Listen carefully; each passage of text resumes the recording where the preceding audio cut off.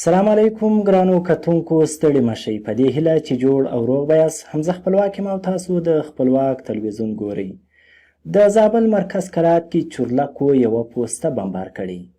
نن سهار مهال د زابل مرکز کلات کې د دولتي ځواکونو چورلکو یوه پوسته وروسته له هغه بمبار کړې چې طالبانو بېګا شپه پرې برید کړی و.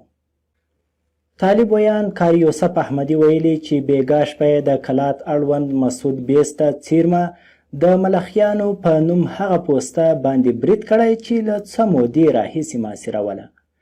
احمدي ویلي چې په دغه برید کې یې 3 تنه عسکر وژلي، 2 تنه یې نور ټپیان کړي دي او 3 پیکا او یو شمېر مهمات یې لاسته ورغلي. خو سهار مهال دولتي چورلکو خپله پوسته بمبار کړې او پاته عسکر یې نږدې بیس ته وړي دي. نوموړي په یو بل خبر کې ویلي چې پرون مازدیګر مهال د یاد ولایت مرکز کلات اړوند سیمه کې د تالاشۍ پر مهال 3 عسکر ژوندي نیولي دي.